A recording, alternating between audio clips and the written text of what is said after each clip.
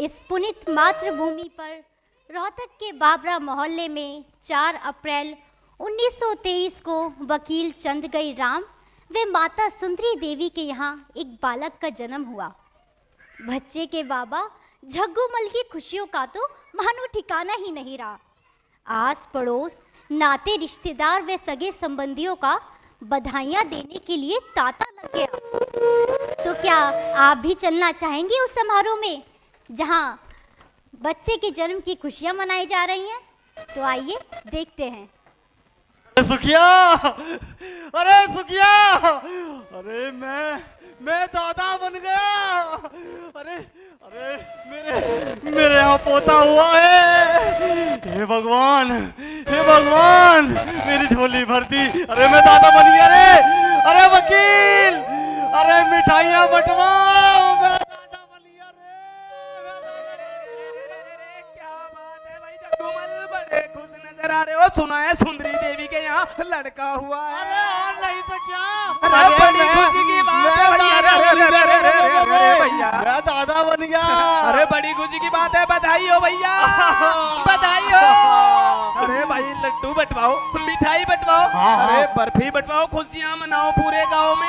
हाँ, अरे सबका मुंह खुशियों से लड्डुओं से भर दूंगा मैं। बधाई हो भैया, बहुत बहुत बधाई हो। अरे वकील कहाँ रह गया तेरा लड़का? अरे अरे वकील, अरे आओ भाई, जरा पोते के दर्शन तो कराओ। जरूर जरूर।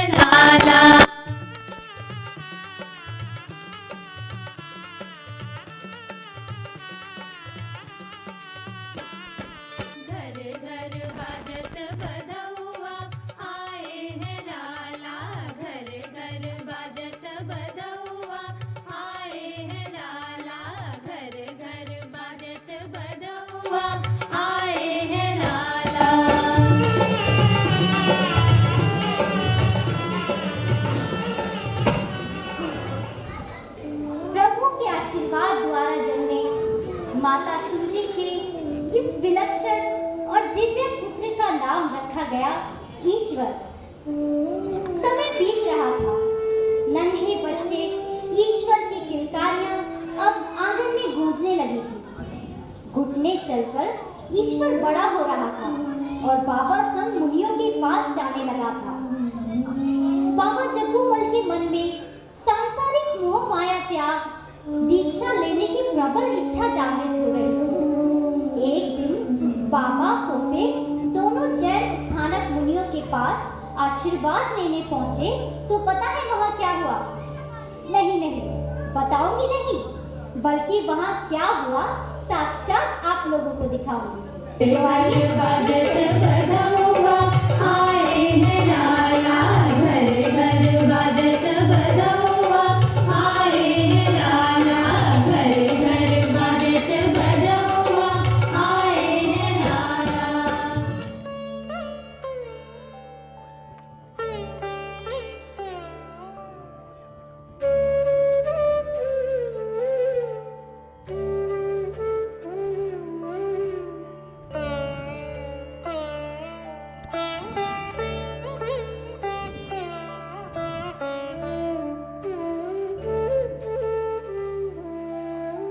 मथेण वंदामी मुनिवर,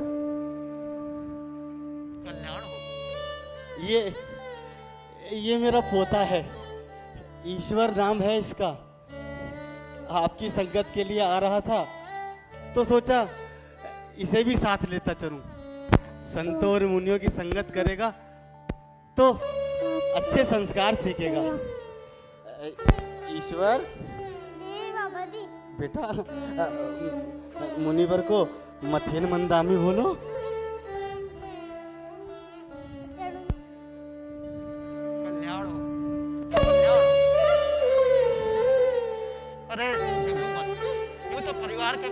दायित्व होता है कि वो सबको संस्कार दे, अच्छी शिक्षा दे, आश्रय दे। जैसे बच्चे तो कच्ची मिट्टी की तरह होते हैं, जैसे कुमार मिट्टी को मत मत कर एक सुंदर आकृति का पात्र बना देता है, वैसे ही बच्चों को भी मनसा साचे में डाला जा सकता है। अरे ईश्वर, तुमने मुनिवर का पानी झूठा कर दिया। चलो हाथ जोड़ो और क्षमा मांगो। अरे जग्गूमल, ईश्वर को मत डांटो। तुम्हें पता है एक दिन बड़ा होकर ये बहुत बड़ा संत बनेगा, याद रखना तुम मेरी बातों को। क्या कहा आपने? बहुत बड़ा संत बनेगा। संत बनेगा? मेरा ईश्वर संत बनेगा? आपकी वाणी सदैव सत्य ही कहती है मुनिवर। ईश्वर को आपका आशीर्वाद मिल गया। सुना भक्तों, मेरा ईश्वर संत बनेगा, मेरा पोता संत बनेगा। मुनिवर कोई नियम दे, मुनिवर कोई नियम दे। अवश्य। यूं तो परिवार के मुखिया का दायित्व होता है कि उसे अच्छी शिक्षा दे, आश्रय दे। बच्चे तो कच्ची मिट्टी की तरह होते हैं, जैसा चाहे वैसी मनचाहे ढांचे में डाला जा सकता है। तुम्हें पता है इसके मस्तिष्क का तेज बता रहा है एक दिन ये बड़ा होकर बहुत बड़ा संत बनेगा।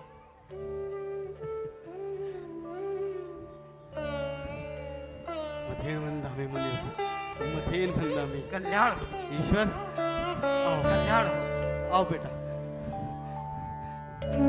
मुनिवर को मथेन बंदामी बोलो।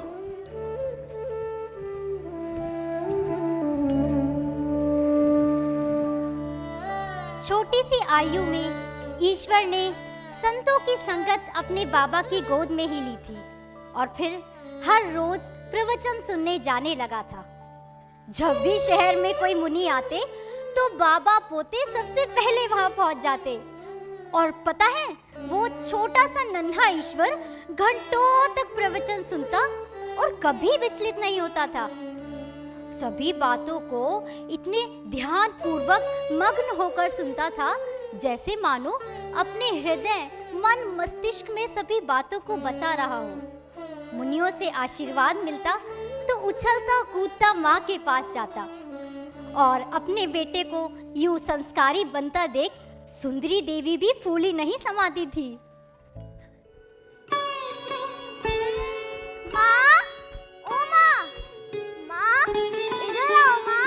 हाँ बेटा। इधर आओ माँ। अरे ईश्वर, अभी काम कर रही हूँ, थोड़ी देर में आ जाऊंगी। माँ अभी आओ माँ। अरे ईश्वर, क्या हो गया? तूने तो पूरा घर सर पर उठा रखा है। अरे ये तो बता, आज तू इतना खुश क्यों है? माँ पता है। अरे अरे अरे अरे अरे अरे तो रुक जा। तूने तो मेरी सांसें फुला दी। अभी अगर मैं गिर जाती तो? कैसे गिर जाती? आपका ईश्वर आपके साथ है माँ। मेरा बच्चा। अच्छा, अपनी खुशी तो बता कि इतना खुश क्यों है? माँ पता है, आज सत्संग में जो मुनिवर आए थे ना, उन्होंने भी कहा कि मैं और बच्चों से अलग हूँ। मुझे मुनिवर की सारी कही बातें याद रहती हैं। सारी बातें याद रहती हैं? सारी। अरे अरे मेरा बच्चा, मेरा ईश्वर। अरे ले, अब मैंने तुझे ना काला टीका लगा दिया, अब किसी की बुरी नजर लग ही नहीं सकती। मेरा लाल। लेकिन बेटा, संतों और मुनियों के द्वारा कहे गए वचन, प्रवचन केवल याद रखने से काम नहीं चलता, उनको आत्मसात भी करना होता है। आत्मसात मतलब? मैं आपको समझा नहीं माँ। मैं समझाती हूँ। मतलब ये कि उन्हीं वचनों के अनुसार ही आपको जीवन भर सारे काम करने होंगे। जैसे? जैसे कभी जीव हत्या नहीं करनी। मैं नहीं करूँगा माँ। कभी नहीं करना। नहीं करूँगा माँ। सदैव सच बोलना है। मैं सच बोलता हूँ माँ। कभी किसी से लड़ना झगड़ना नहीं मेरे लाल। मैं नहीं लड़ूंगा माँ। कभी नहीं लड़ना। नहीं लड़ूंगा माँ। और सबसे जरूरी बात, कभी किसी का दिल नहीं दुखाना। समझ गया, सब कुछ समझ गया। अगर मैं कुछ भूल जाऊँ तो आप मुझे याद दिला दोगी? दिला दोगी ना माँ? अरे बुद्धू, जिंदगी भर तेरे साथ थोड़ी ना रहूंगी मैं। हाँ। आप मुझे छोड़कर कहीं मत जाना। जाओगी तो नहीं? बेटा ईश्वर, क्या हो गया? चल हाथ छोड़ मेरा। नहीं छोड़ूंगा, नहीं छोड़ूंगा, नहीं छोड़ूंगा। ईश्वर, मैं गिर जाऊंगी। नहीं छोड़ूंगा। ईश्वर, तेरे बाबूजी आने वाले हैं, तेरे पापा आने वाले हैं, छोड़ मुझे। नहीं छोड़ूंगा। अच्छा चल ठीक है, मैं तुझे छोड़कर कहीं नहीं जाऊंगी। अब तो छोड़ दे। नहीं छोड़ूंगा। तुम ऐसे नहीं मानोगे ना? नहीं मानूंगा। ठहर जा। नहीं, नहीं, नहीं। ईश्वर इधर आओ। अरे मैं गिर जाऊंगी। ईश्वर इधर आओ। बहुत शैतान होते जा रहे हो तुम। रुको, मैं अभी बताती हूँ। ईश्वर। हदें शहर से निकली तो गांव-गांव चली, कुछ यादें मेरे साथ नंगे पांव चली। सफर जो धूप का किया तो तजुर्बा हुआ, वो जिंदगी ही क्या जो छाँव छाँव चली। नियति को शायद कुछ और ही मंजूर था। नन्हे बच्चे ईश्वर की माँ उसे छोड़कर हमेशा हमेशा के लिए उस ईश्वर के पास चली गई।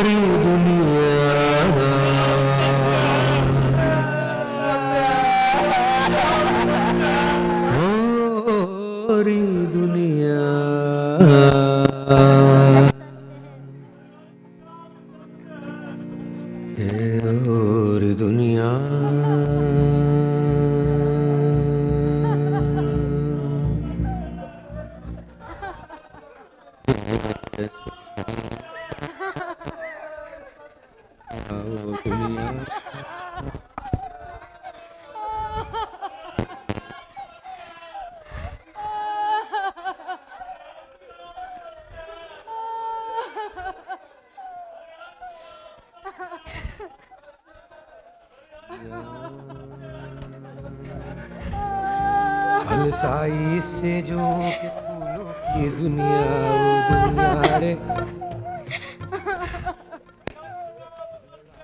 तोड़े कबूतर की दुनिया, वो दुनिया।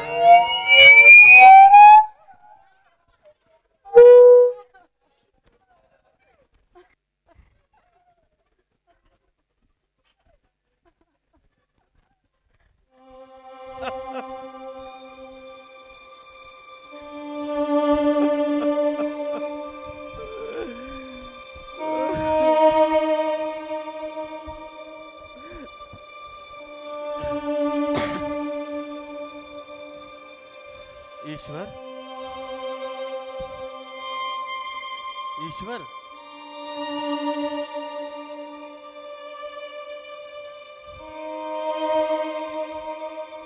ईश्वर, क्या सोच रहा है? बाबा, मैं अपनी माँ को ढूंढ रहा हूँ। आपने कहा था ना कि वो ऊपर चली गई।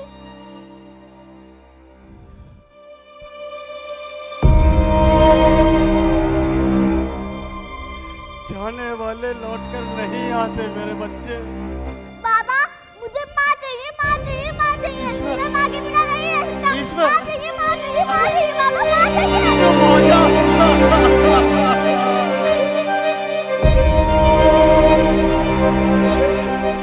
हे भगवान, कहाँ से लाकर दूं मैं इसको माँ? कहाँ से लाऊं?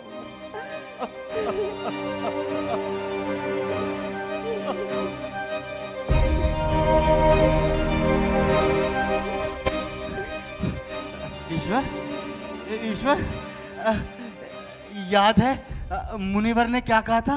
क्या कहा था बाबा? अरे तू भूल गया? अरे मुनिवर ने कहा था ये जो शरीर होता है ये नश्वर होता है, नश्वर होता है बेटा। और अब बाबा ही तुम्हारी माँ है ना? बाबा ही तुम्हारी माँ है, बाबा ही तुम्हारी माँ। ईश्वर देख, ईश्वर देखो, वो तो कुछ चिड़िया। तुम उसको रोज दाना डालते हो ना? आज नहीं डाला? ओह, वो देखो परेशान हो रही है। चलो चलो चलो उसे दाना डाले और ईश्वर बाबा की पत्ती पे चलेगा ना। ये आ जाओ। लकड़ी की काटी काटी पे घोड़ा, चल मेरे घोड़े। चल रहे अपनी बहू सुंदरी देवी की असमय मृत्यु और ईश्वर की मना स्थिति ने बाबा जग्गूमल के मन में चल रहे दीक्षा लेने के निर्णय को स्थगित कर दिया था। वकील चंदकई राम अपने दैनिक कार्यों में अति व्यस्त थे, इसलिए बाबा ने ही एक माँ के भांति ईश्वर की देखभाल की। जब भी ईश्वर को माँ की याद आती तो बाबा को हमेशा अपने सामने खड़ा पाता। इसी तरह दिन, महीने, साल बीतते गए। ईश्वर अब बड़ा हो गया था और अपने दैनिक कार्य स्वयं करता और जिम्मेदारियां भी निभाता।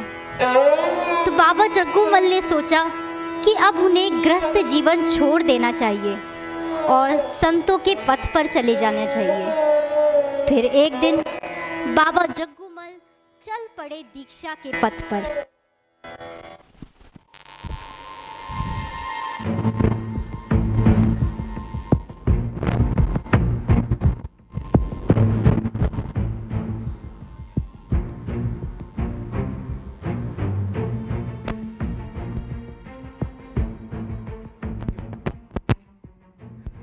जब माँ गई तो आपने ही तो सहारा दिया था ना बाबा।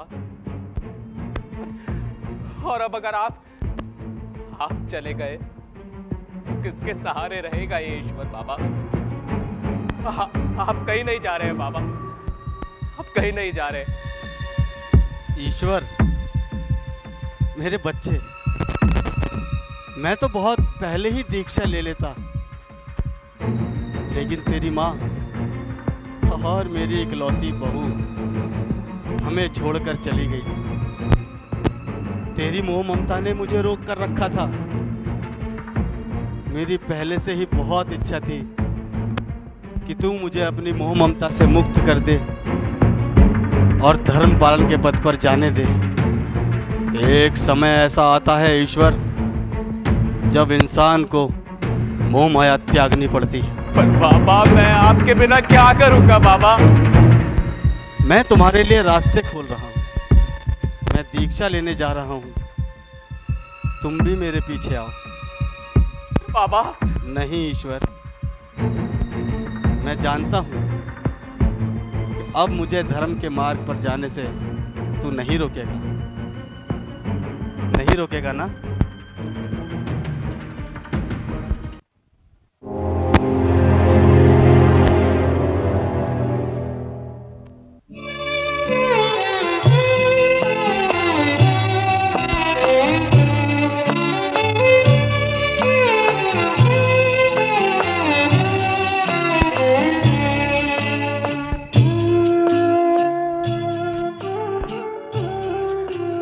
मैं आपको रोकूंगा नहीं, पर मैं आपको बहुत याद करूंगा बाबा। धर्म रूपी शत्रुओं को जीतते भगवान से प्रार्थना करूंगा सिद्धियां कि आपका पथ मंगलमय हो। वो सिद्ध वो भगवंत हैं, आचरण निर्मल करें आचार्य सच्चे संत हैं। योग का आधार जिनके वे बड़े बलवंत हैं। सर्व साधु इस जगत में दिव्य आदि अनंत हैं। सर्व साधु इस जगत में दिव्य आदि अनंत माँ भी चली गई, माँ गई तो बाबा ने ही सहारा दिया, और अब बाबा भी चले गए तो मैं किसके सहारे जीऊंगा? जब माँ गई तो मैं उनके साथ नहीं जा सकता, लेकिन मैं बाबा के साथ तो जा सकता हूं। बाबा के साथ तो जा सकता हूं। मैं भी बाबा की तरह दीक्षा लूंगा। मैं भी दीक्षा लूंगा।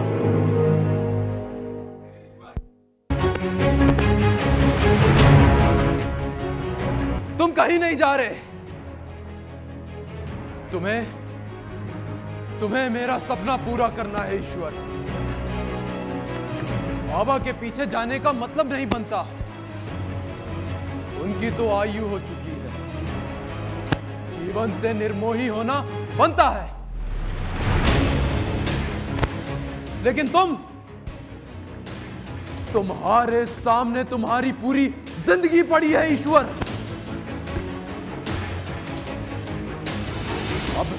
अब रोना धोना बंद करो और कॉलेज जाने की तैयारी करो। वैसे भी तुम अपना बहुत टाइम वेस्ट कर चुके हो ईश्वर। अब कॉलेज जाने की तैयारी करो। तुम्हें जज बनना है।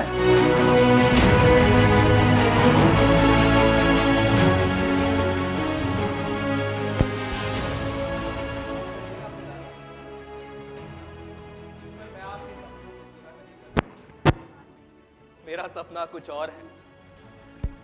मुझे जज नहीं बनना पिताजी। जज नहीं बनना। बेवकूफी मत करो ईश्वर। क्या नहीं है तुम्हारे पास? शिक्षा, धन, साधन। अरे जज क्यों नहीं बनना? तुम्हारा बाप वकील है, वकील। तुम्हें जज बना सकता है। अरे लोगों के पास कुछ भी नहीं होता, वो जज नहीं बन सकते, लेकिन तुम जज बन सकते हो ईश्वर।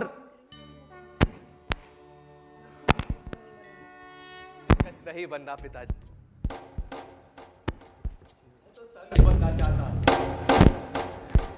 बाबा के सिखाए पथ पर चलना चाहता। आपकी इस मोह माया वाली जिंदगी में मुझे नहीं फंसना पिताजी। मुझे जज नहीं बनना। जज नहीं बनना पिताजी। ईश्वर तुम कहीं नहीं जा सकते। तुम कहीं नहीं जा रहे हो पिताजी।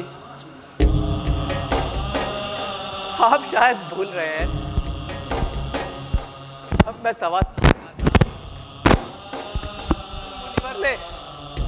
मुनिवर ने बाबा को एक नियम दिया था कि यदि तुम्हारे घर का कोई सदस्य संत बनना चाहे तो तुम उसे रोकोगे नहीं। याद है पिताजी? तो पिताजी आप मुझे रोकेंगे नहीं रोकेंगे ना?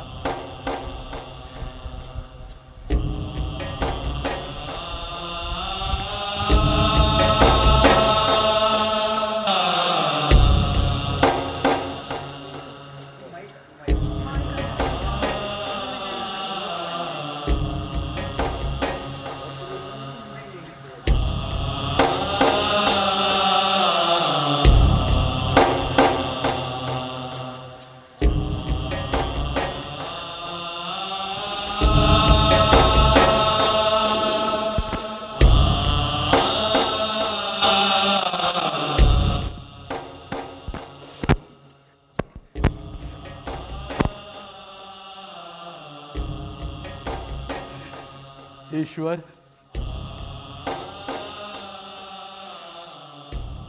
शायद तुम सही कह रहे हो।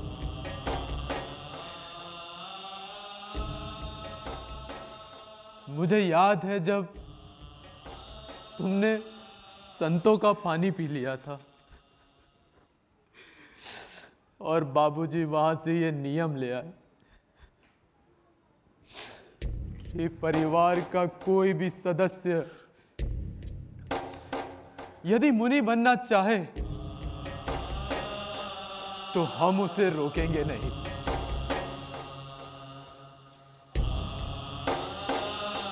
ठीक है ईश्वर, तुम जाओ। शायद मैं कमजोर हूं, इसीलिए मोह माया में फंसा हूं।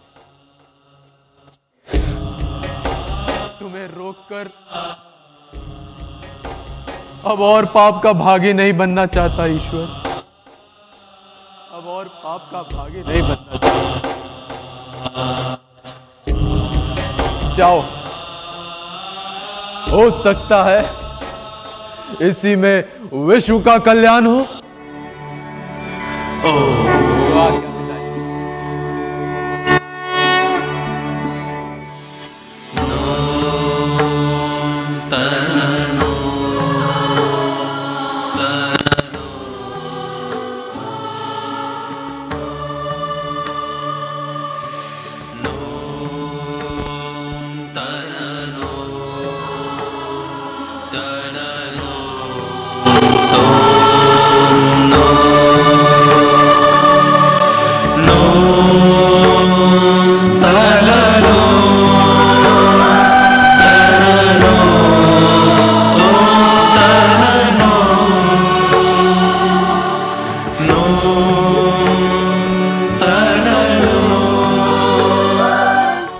पिता से आज्ञा ले सांसारिक मोह माया त्याग वैराग्य के लिए चल पड़े। उधर जग्गूमल जी जो ईश्वर के बाबा थे, वो अब महाराज नाथूलाल बन प्रवचन कर रहे थे और ईश्वर ने उन्हीं के सानिध्य में धर्म का ज्ञान अर्जित किया। वो दिन भी आ गया जब गुरु ने शिष्य की सेवा भाव से प्रसन्न होकर उनकी दीक्षा की घोषणा कर दी और शहर चुना गया पावन संगरूर। 33 मुनियों के सानिध्य में ईश्वर का दीक्षा समारोह होने जा रहा था, जिसकी सूचना तत्कालीन जब राजा रणवीर सिंह को मिली तो वो बहुत प्रसन्न हुए। उनके शावक खूबचंद ने बताया कि एक नवयुवक मात्र 18 वर्ष की आयु में दीक्षा ले रहा है। ये सुनकर राजा बहुत प्रसन्न हुए और उन्होंने सारे आयोजन की जिम्मेदारी अपने कांधे पर ले ली। और ये देखिए, ईश्वर बन गया महाराज सुदर्शन।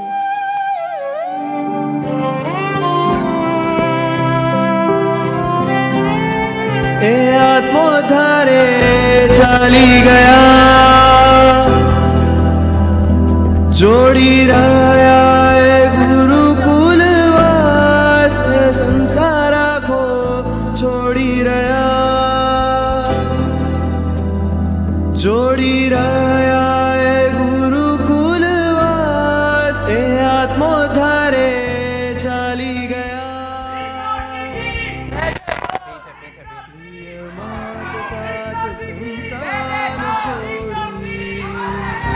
केसर उड़ा छंटाया जाबो भराई एनी, वर्षोथी सेवेला सपना साकार करावो अहीं।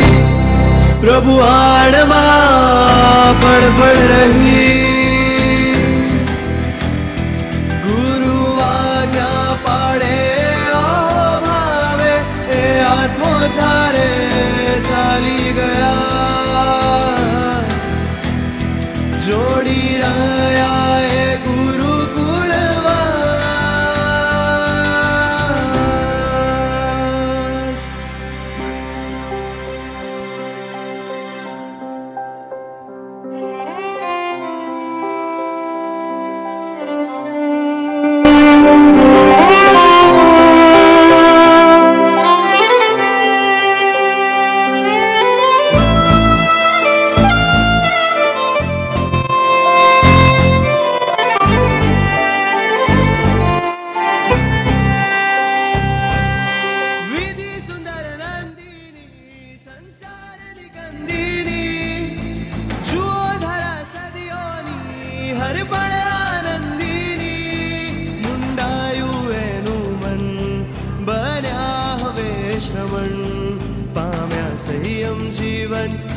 वर्षे साधना उज्ज्वल प्रभु आणमा पड़ रही गुरु आज्ञा पाड़े ओहो भावे ए संसार को छोड़ी रया प्रिय मात तात संतान छोड़ी नाम निकाम न खूंचे गुरु केश ने लूचे भाव चढ़े ऊंचे गुरु निशाना मूचे अरे न सत्व थी हैया सौना हर्षे जीना गम श्रुत पामी ए जयंत पद वर्षे प्रभु आणमा पड़ रही गुरु आज्ञा पाड़े ओहो भावे ए संसार को छोड़ी रया न सत्व थी हैया सौना हर्षे जीना गम श्रुत पामी ए जयंत पद वर्षे प्रभु आणमा पड़ रही प्रभु आणमा पड़ रही गुरु आज्ञा पाड़े ओहो भावे ए संसार को छोड़ी रया प्रिय मात तात संतान छोड़ी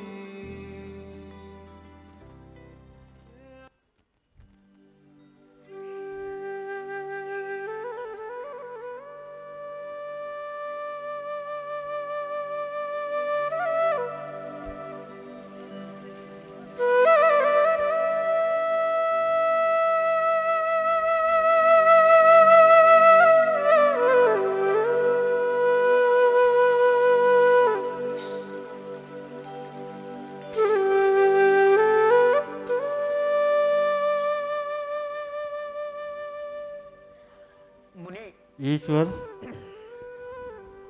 आज से तुम्हारा नाम होगा मुनि सुदर्शन।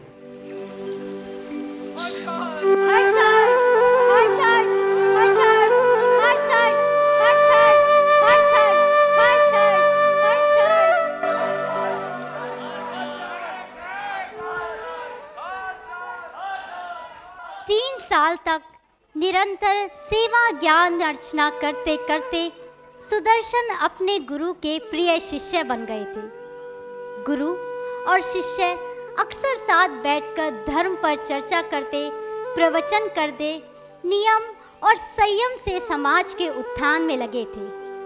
सुदर्शन जी ने अपने महाराज नाथूलाल महाराज के सानिध्य में दीक्षा ग्रहण की और अपनी आध्यात्मिक शिक्षा प्रारंभ की।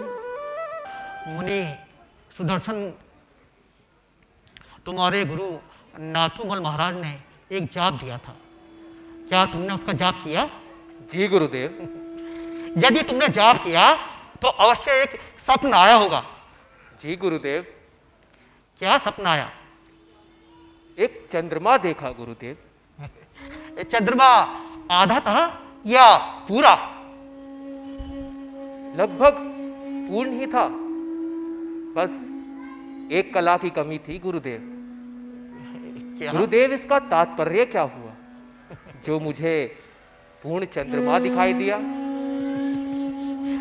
तुम लोगों के दिलों पर राज करोगी, तुम्हारी प्रतिष्ठा का पताका सारे संसार में फैलेगा, तुम्हारी यश कीर्ति पूरे संसार में फैलेगी, तुम विश्व का कल्याण करोगे सुदर्शन। गुरुदेव, मुझे तो केवल और केवल आपका और मुनिवर का आशीर्वाद चाहिए। अब तुम योग्य हो गए हो, निपुण हो गए हो। ज्ञान, अर्चना, सेवा और धर्म पालन के साथ साथ तुम धर्म का प्रचार भी करो, ऐसी मेरी भावना है। ये आप कैसी बातें कर रहे हैं महाराज नाथूलाल जी? आप सूर्य हैं और मैं जुगनू। भला सूर्य के सामने जुगनू कैसे चमक सकता है महाराज? मैं आपके सामने बैठकर प्रवचन करूं, ऐसा दुस्साहस मुझसे नहीं होगा महाराज। तुम्हारी दीक्षा को 3 साल हो गए हैं। आओ प्रवचन करो और अपने भक्तों का और इस विश्व का कल्याण करो। जैसी आपकी आज्ञा महाराज।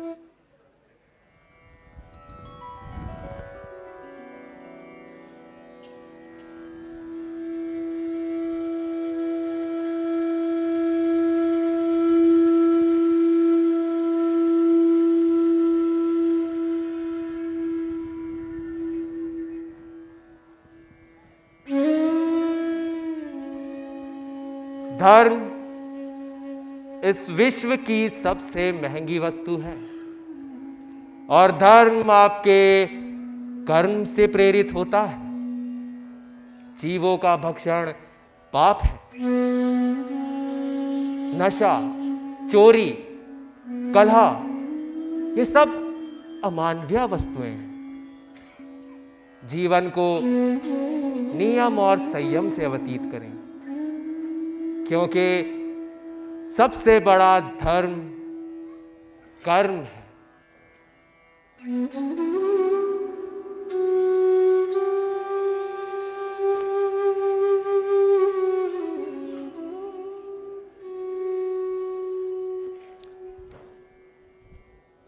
मुनिवर, मुनिवर, मथेण बंदामी मुनिवर, मुनिवर आप मेरे साथ मेरे घर चलिए। मेरी पत्नी बहुत बीमार है। आप मेरी पत्नी को चलकर मंगल पाठ सुनाइए गुरुजी, ताकि उसे स्वास्थ्य लाभ मिल सके। कोई वैद्य, कोई ऋषि या कोई दूसरा ऐसा व्यक्ति नहीं है जो उसे स्वास्थ्य लाभ दिला सके। मेरी आपसे विनम्र निवेदन है, आप मेरे साथ चलिए और मेरी पत्नी को मंगल पाठ सुनाइए। चलिए मुनिवर, आइए। परेशान मत हो शावक, मैं तुम्हारे साथ अवश्य चलूंगा और तुम्हारी पत्नी को मंगल पाठ भी सुनाऊंगा। जी मुनिवर, चलो। आइए, आइए मुनिवर।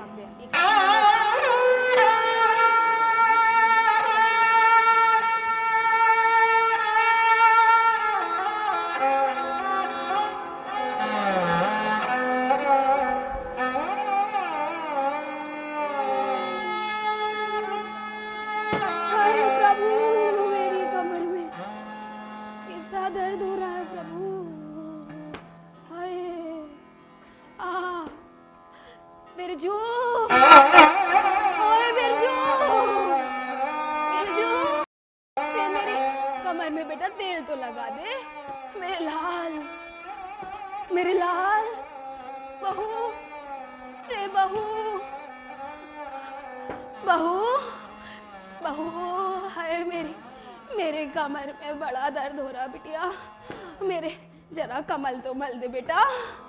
हाय बिरजू, हाय प्रभु, हाय रे प्रभु, हाय मर गई, हाय रे प्रभु, हाय बिरजू, मेरे बेटे, मेरे लाल, हाय कहाँ मर गए सबके सब।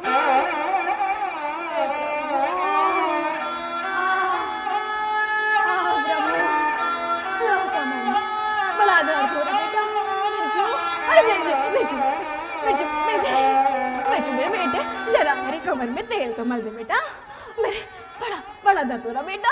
अरे चुप क्यों ना होती है बुढ़िया तू? अरे बेटा, तेरा तो पूरा दिन यही काम है। घर पे तुझे तो एक आदमी ऐसा चाहिए जो तेरे हुक्म बजाओ, जा आगे पीछे घूमो जा तेरे पूरा दिन है। अरे मेरी माँ, थोड़ी सी घर में शांति बना ले। एक तो मेरी पत्नी बीमार है, ऊपर से तेने पूरा सर घर बैठा रखा है। कमर अरे में। मेरी माँ शांत हो अरे जा। बेटा, मेरे मुनिवर कमर- जी को बहुत दूर तेल से लगा बुला दे के बेटा। लाया हूँ। अरे शांत बेटा। हो जा थोड़ी देर के लिए। मुनिवर जी आते होंगे। प्रभु। मेरी क्यों बेइज्जती करवाने अरे पे लगी बेटा, हुई है? बेटा अरे मेरे मेरी माँ, बेटा मेरे कमर में अरे दर्द हो रहा कमर में बेटा। दवा तेरी रोज की काम है, तेरा रोज का काम है। दवा लगाते लगाते मैं परेशान हो लिया, लेकिन इस बुढ़िया ने मेरा तो जीना हराम कर रखा है घर में। आते ही काम बतावेगी, जाएंगे जब काम बतावेगी। इसके तो काम ही खत्म नहीं होते पूरे। अरे बुढ़िया तेरे पैर कबर में लटक रहे हैं और अभी तो ये चाह रही है कि पूरा दिन घर में हुक्म चलाओ जाए इन बालकों पे।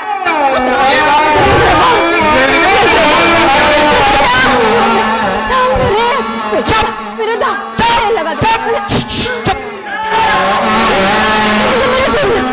बेटा मेरे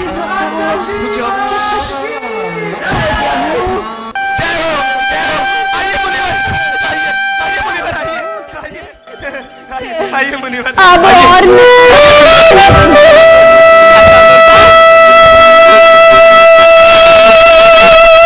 बेटा पेजू मेरे लाल। हाय बेटा। जी मुनिवर। हाय बेटा। अरे आप उधर ध्यान मत दीजिए मुनिवर, ये तो मेरी बूढ़ी माँ है, इसका तो रोज का यही काम है। ये तो चाहती है कि घर में इसका एक आदमी ऐसा चाहिए जो पूरा दिन बैठ के इसका हुक्म बजाएगा, आगे पीछे घूमो जा। आप ध्यान मत दीजिए, चलिए आप चलिए। अरे कौन आया है बेटा? अंदर कमरे में बीमार। अरे आइए आइए गुरुजी आइए। अरे बेटा कौन आया है? जी मुनिवर। तुम्हारी पत्नी को मंगल पाठ सुनना है जी तो माँ के चरणों में बैठकर सुन लेंगे। माँ के चरणों में? जी मुनिवर, जैसे आपकी इच्छा। अरे ओ सुलक्षणा, अरे गुरुजी बोल रहे हैं कि माता जी के चरणों में ही बैठ के मंगल पाठ सुनाएंगे। आजा यहीं आजा, यहीं सुन ले मंगल पाठ। गुरु गुरुदेव महाराज महाराज सुदर्शन गुरुदेव आप आ गए। गुरुदेव आप आ गए। मैं आपकी ही प्रतीक्षा कर रही थी। मैं आपकी ही प्रतीक्षा कर रही थी। मेरे सब दुख दर्द सारी परीक्षाएं सब आपके दर्शन के लिए ही तो थी गुरुदेव। आपके दर्शन के लिए ही थी। मेरी औलाद मुझे नहीं पूछती गुरुदेव। जिस औलाद को माथे घिस घिस कर मांगा था, अरे वो तो धिक्कारती है प्रभु, वो तो धिक्कारती है। ये सब आपके दर्शन के लिए ही था प्रभु। ये सब आपके दर्शन के लिए ही था। मेरा तो जीवन सफल हो गया प्रभु। मेरा तो जीवन सफल हो गया। मैं तो तर गई प्रभु, मैं तो तर गई। अब ना कोई पीड़ा बची है, ना कोई दर्द बचा है प्रभु, ना कोई दर्द बचा है। कृतार्थ करें प्रभु, कृतार्थ करें। परेशान ना हो माँ, कृतार्थ करें प्रभु। तुम्हारा बेटा आ गया।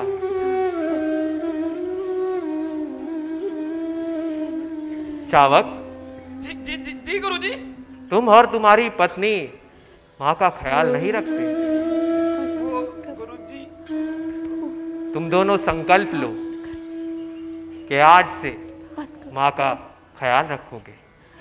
जी मुनिवर, हम संकल्प लेते हैं, हमें क्षमा करें, हमसे भूल हुई है। हम संकल्प लेते हैं मुनिवर, हम संकल्प लेते हैं, संकल्प लेते हैं।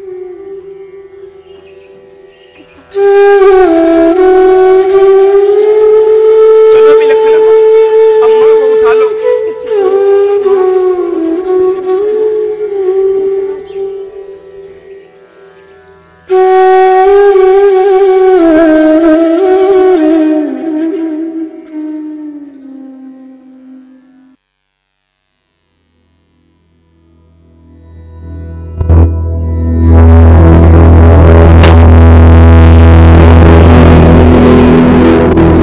सुदर्शन महाराज ने दीक्षा लेने के बाद 1942 से 1999 तक बिना किसी सुख सुविधा के पैदल चल हजारों मील का सफर तय करते हुए देश और दुनिया के कोने कोने तक ज्ञान के प्रकाश को फैलाने का कार्य किया। 29 संत रूपी हीरे सुदर्शन महाराज के शिष्य भी बने। सुदर्शन महाराज अब 76 वर्ष के हो चुके हैं। शरीर दुर्लभ हो चुका है, परंतु समाज के कल्याण हेतु निरंतर कार्यशील हैं। आप खुद ही देख लीजिए, डॉक्टरों के मना करने के बाद भी वो अपने भक्तों के बीच प्रवचन करने पहुंच गए।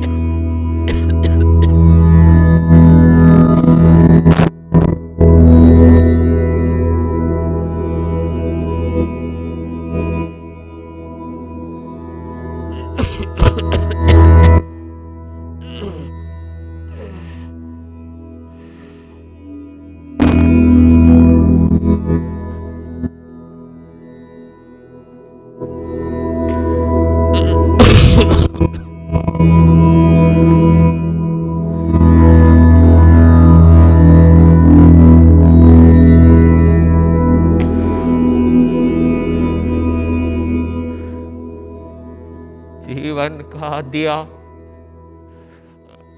अब बुझने को है। जितनी चंद बूंदें बची हैं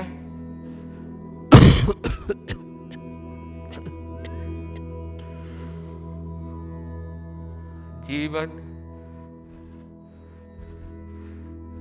विश्व की भलाई में लग जाए। मेरी मृत्यु पर ज्यादा शोक ना करें। मैं मुनिवरों के रूप में सदैव आपके बीच रहूंगा।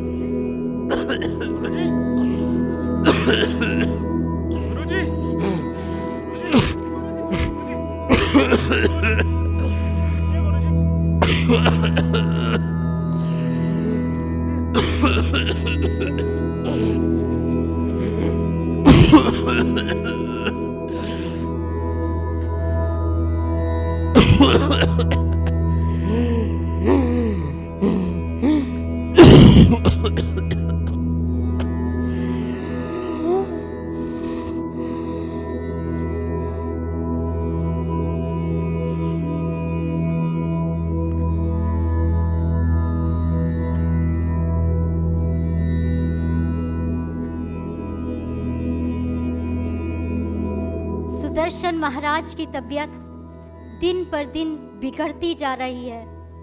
उन्हें दिल्ली के गंगाराम अस्पताल में भर्ती कराया गया है। हालात चिंताजनक हैं।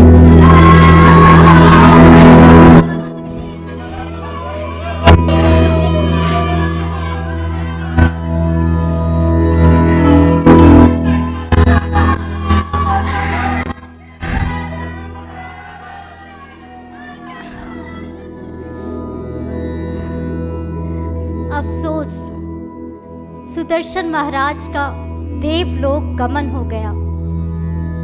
उनके पार्थिव शरीर को शालीमार बाग के जैन स्थानक पर अंतिम दर्शन हेतु ले जाया गया है।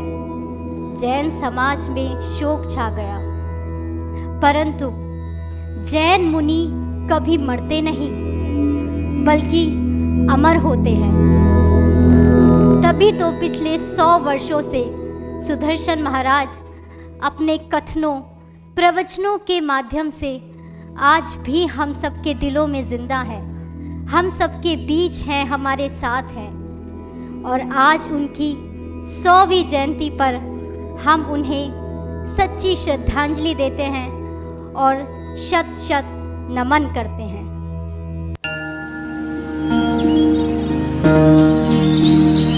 इस देश की माताओं एक नया सुदर्शन दो। वो सूरज अस्त हुआ, तुम सूरज नूतन दो। इस देश की माताओं एक नया सुदर्शन दो। इस देश की माताओं एक नया सुदर्शन दो। जिन शासन के गुंबद हिलते हैं नजर आते, जनमानस उदर बहार। यह प्रस्तुति आपने देखी मुक्ताकाश नाट्य संस्थान मेरठ के कलाकारों द्वारा।